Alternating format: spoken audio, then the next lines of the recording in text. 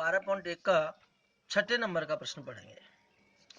एक समद्विबाहु त्रिभुज का परिमाप दे दिया 30 सेमी और उसकी बराबर भुजाएं 12 सेमी हैं, लंबाई की है। इस त्रिभुज का क्षेत्रफल ज्ञात कीजिए। हम जानते हैं कि समद्विबाहु त्रिभुज में दो भुजाएं समान होती हैं, तो यहाँ दो भुजाएं 12-12 सेमी की। परिमाप दे रखा है समद्विबाहु त्रिभुज का परिमाप 30 सेमी दे रखा है। यहाँ दो भुजा दे रखी है और दोनों भुजा समान दे रखी है। पहली भुजा, दूसरी भुजा। पहली भुजा 12 सेमी की है, दूसरी भी 12 सेमी की। हम तीसरी भुजा ज्ञात कर लेंगे।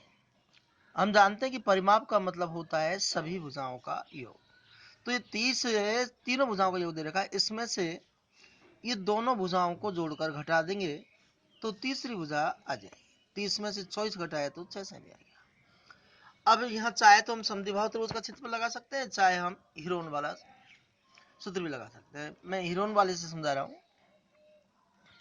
समद्विबाहु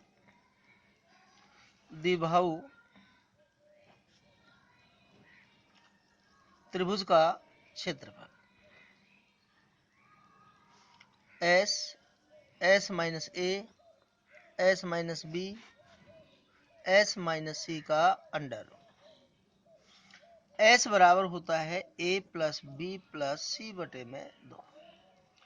ए का मतलब पहली भुजा 12 की है, दूसरी भी 12 की है और तीसरी 6 की है, बटे में 2। 12 और 12 24 है, 6 30 बटे में 2। तो यहाँ एस का मान आ गया एस का मान आ गया 15। अब हम सूत्र में जमा देंगे समद्विबाहु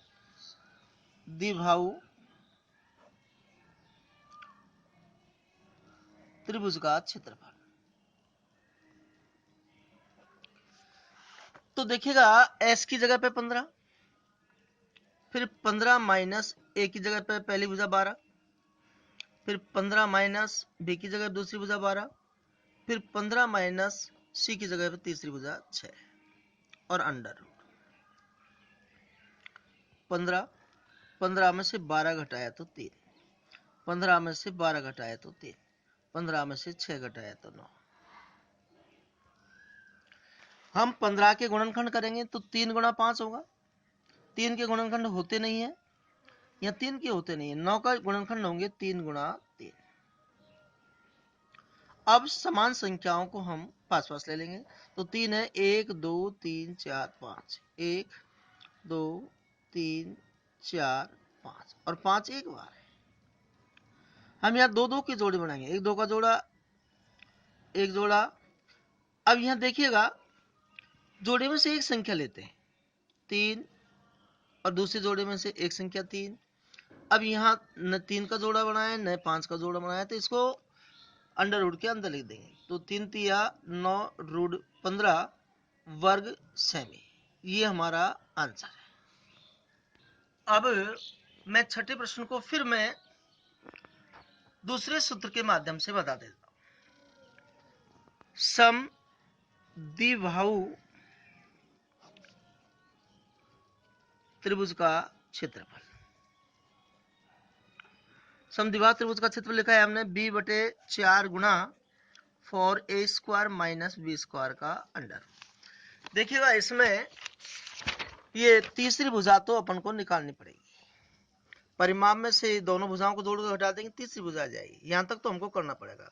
उसके बाद में हम ये सूत्र लगा सकते हैं b बटे 4 गुणा 4a square minus B square का अंडर। यहाँ b का मतलब है असमान भुजा और असमान भुजा है हमारे पास में 6। तो देखिएगा 6 बटे में 4 गुणा 4 गुणा a का मतलब है समान भुजा। तो ये समान भुजा 12-12 सेमी की है, तो हम 12 ले लेंगे और स्क्वायर है तो स्क्वायर लगा देंगे। माइनस बी की जगह असमान भुजा 6 है, स्क्वायर है तो स्क्वायर लगा देंगे और अंडर रूट लगा देंगे।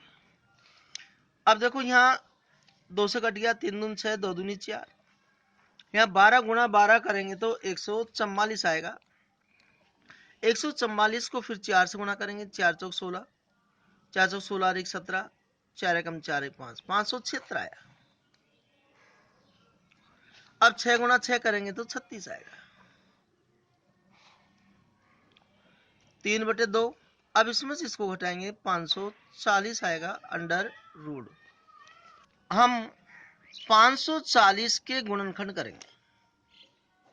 2 का भाग 270 बार, 2 का भाग 2 एकम 2, 3 दूनी 6, 5 10, फिर 3 का भाग 3 चौक 12, 3 पंजे 15, 3 का भाग 15 बार, 3 का भाग 5 बार, 5 का भाग 1 बार।